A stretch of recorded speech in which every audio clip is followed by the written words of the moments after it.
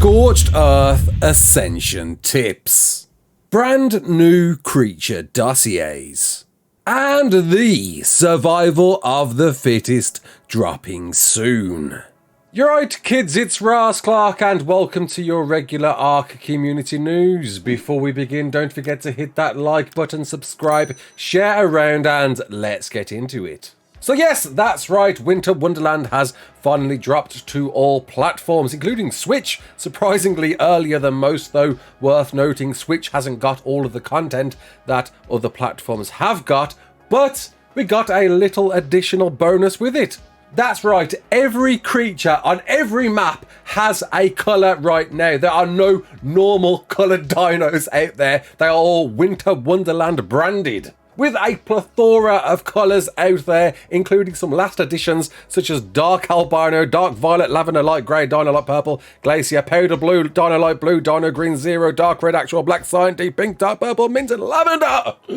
A wealth of colours to choose from, though it has to be said, single players won't have this opportunity themselves. Zed did mention this colour overhaul was a last minute change and they didn't have time to get it into the single player build. But you've still got the Winter Wonderland event, the very last event for ARK 1 and running until early next year. But that wasn't the only thing to drop with this update. Oh no, oh no! First thing, Rockwell, that's right, Aberration Rockwell is a brand new iteration of his former self with a range of dialogues spoken by David Tennant, who of course voiced him in the finale and will be for the animated TV series. And there's a lot of dialogue. I played through this a few times and there seemed to be an infinite amount of new dialogue spoken by Rockwell, and well, some things were quite interesting to hear, such as the Overseer labelling us as survivors, talking about Helena and Santiago, but more importantly, which I found quite interesting, was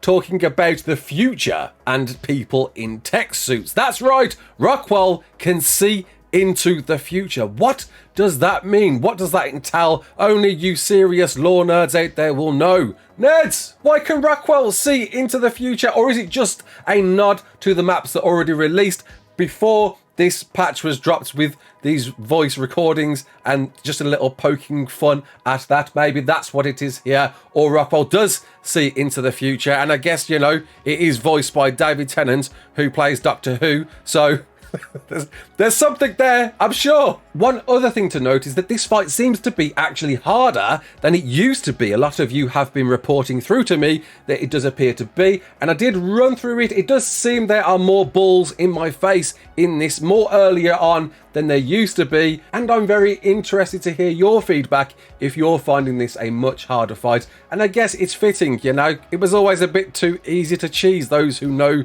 who can, and maybe Wildcard have recognised this, knowing a lot of people will go back to play this to check out all of the new dialogue, as well as brand new story cinematics, intros and outros to The Island, Scorched Earth, Aberration, and well, an intro to Extinction. It doesn't go beyond that because of course there were already cutscenes for the end of Extinction and intros and outros for Gen 1 and Gen 2. You've also got all of the Explorer notes recorded by Helena and Rockwell, redone, revoiced by the actors Madeline Madden and David Tennant, and you can opt to either listen to these on the fly or stop and listen to these as and when via a tick box in the main menu. But let's just back up a minute. For anybody that's now going through those dossiers and listening to the new re-recorded notes, will notice on the creature dossiers there's a few new ones to unlock, and it seems by taming, owning some of the creatures that came out after the island, you'll get a dossier unlocked for them. Though worth noting,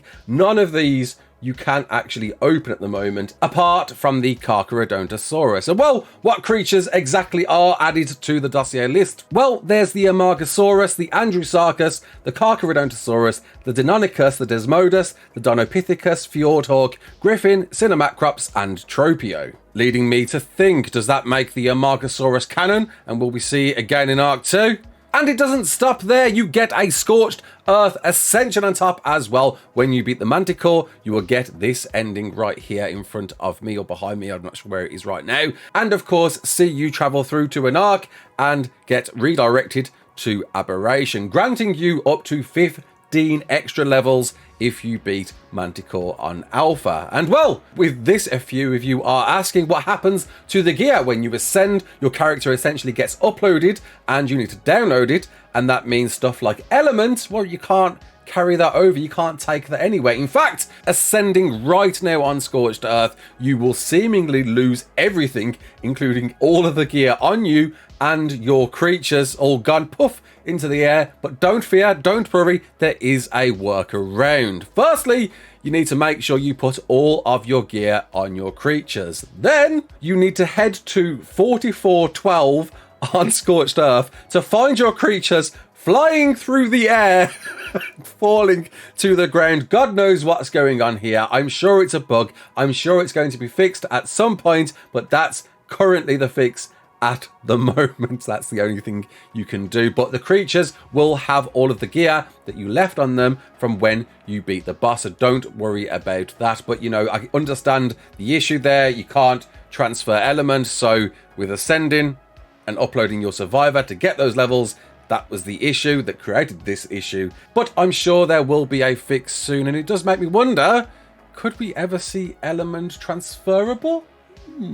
And with all this brand new content we've just received, you'd be forgiven for forgetting SOTF, or the SOTF, the survival of the fittest. It's a thing that was coming this month. Where is it? We've heard absolutely not a bean. It was meant to drop in December. We were told it was going to drop in December. What's going on? Well, first off, Alex, Codigo Alex, who is heading up development of this and quite a talented mind at that, dropped a little tweet saying, where is the survival of the fittest? Followed by Dolly, not Dolly, the product manager, saying working with Codigo Alex on the survival of the fittest is fun and random.